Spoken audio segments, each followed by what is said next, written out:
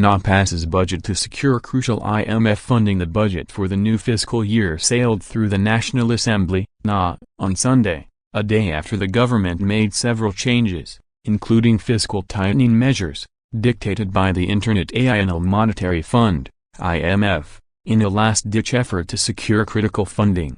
The revised budget aims for an additional Rs 215 billion in tax revenue alongside a cutback of Rs 85 billion in public spending for the upcoming fiscal year. However, this does not affect the federal development budget or the salaries and pensions of government personnel. The Rs 14.48 trillion budget was passed during a session that lacked a quorum, with only 70 lawmakers on the Treasury benches and 2 on the opposition benches. Foreign Minister Bilal Bhutto Zardari, his father Asif Ali Zardari, and the leader of the opposition, Raja Riaz, were also absent. At the outset of the session, Finance Minister Ishaq Dar defended the government's move to implement various reforms in the pensions scheme. If someone has a job on a contract, then he will have to choose between the 2 pensions. This should have been corrected a long time ago, he said. It is a matter of principle that you have the right to one pension. He said that when a pensioner died,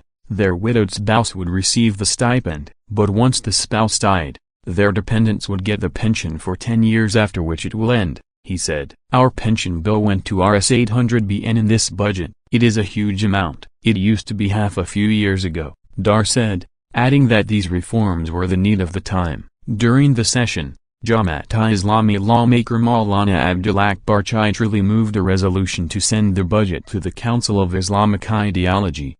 He contended that the budget was based on a system of interest, adding that by accepting it the government was going against the directives of the Federal Shariat Court, FSC. Not taking the CI's opinion on the finance bill will be a violation of the FSC's decision, he said. Ayat Sadiq opposed the move, saying that parliamentarians had to go for Hajj and called for wrapping up budget proceedings. The NA speaker put the resolution up for a vote, after which the resolution was rejected. The finance minister then presented the budget for the new fiscal year with amendments for clause-by-clause approval. Chaitrali's proposed amendment was also accepted, under which the chairman of standing committees would be allowed cars up to 1,200 cc, Rs 215 BN in new taxes. Under the changes in the budget, the government now aims to generate another Rs 215 billion in taxes and cut spending by Rs 85 BN in the next fiscal year, without reducing the federal development budget or the salaries and pensions of government employees. This will revise the government's revenue collection target to Rs 9.415 trillion and put total spending at Rs 14.48 tr. The share of the provinces would be increased to Rs 5.39 tr from Rs 5.28 tr. The allocation for the Benazir Income Support Program has also been revised from Rs 450 BN to Rs 466 BN for FY24.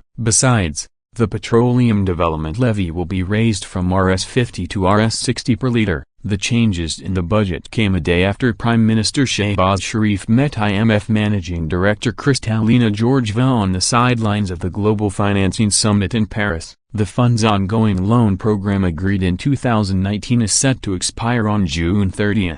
Under the $6.5 billion facility's ninth review, negotiated earlier this year, the country has been trying to secure $1.1 billion of funding, stalled since November. When Dar presented the budget on June 9, he announced new revenue measures of Rs 223 BN in addition to all taxes worth Rs 500 BN introduced in a mini-budget in mid-February. The sum of new tax measures for the coming fiscal year now stands at Rs 938 BN. The government hopes to achieve a 28% higher revenue target for the next fiscal year based on the projected economic growth of 3.5%, average inflation of 21%, and revenue measures. The autonomous growth in revenue A to come from GDP growth and inflation A is projected at Rs 1.76 tr in the next fiscal year. Now you can follow Dawn Business on Twitter, LinkedIn, Instagram, and Facebook for insights on business, finance,